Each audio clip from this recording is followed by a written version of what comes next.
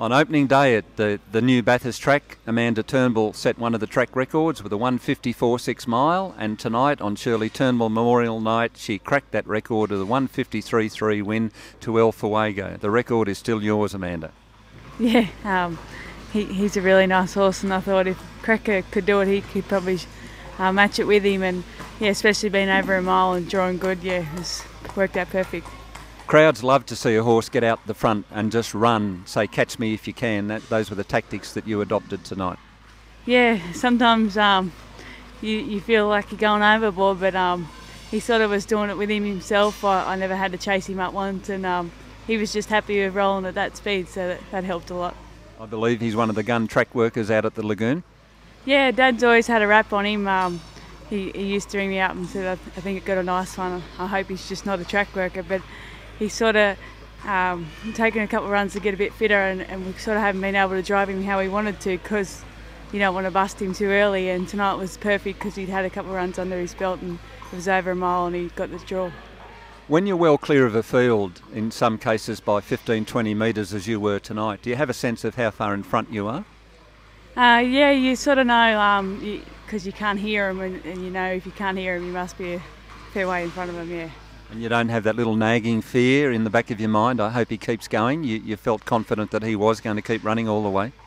You do, yeah. You get worried. I said down the back to Dad, I made a noise and he took off again, and that made me relieved because I knew they wouldn't be able to catch him then once he went faster again, and I didn't think he could, yeah.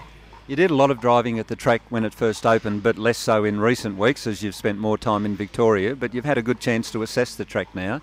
Do you like the track? Yeah, it's growing on me. I think you've got to have pretty good horses these days, and sort of they don't get a breather like some of those weaker ones are used to, so they've got to be tough as well and fast. So yeah, they've got to get used to it as much as us drivers do. And I believe the quality of horses that come to the track now and win has forced a reassessment of your dad's stable, and you've got to really make sure you've got good horses in the stable if they're going to race and win at Bathurst now.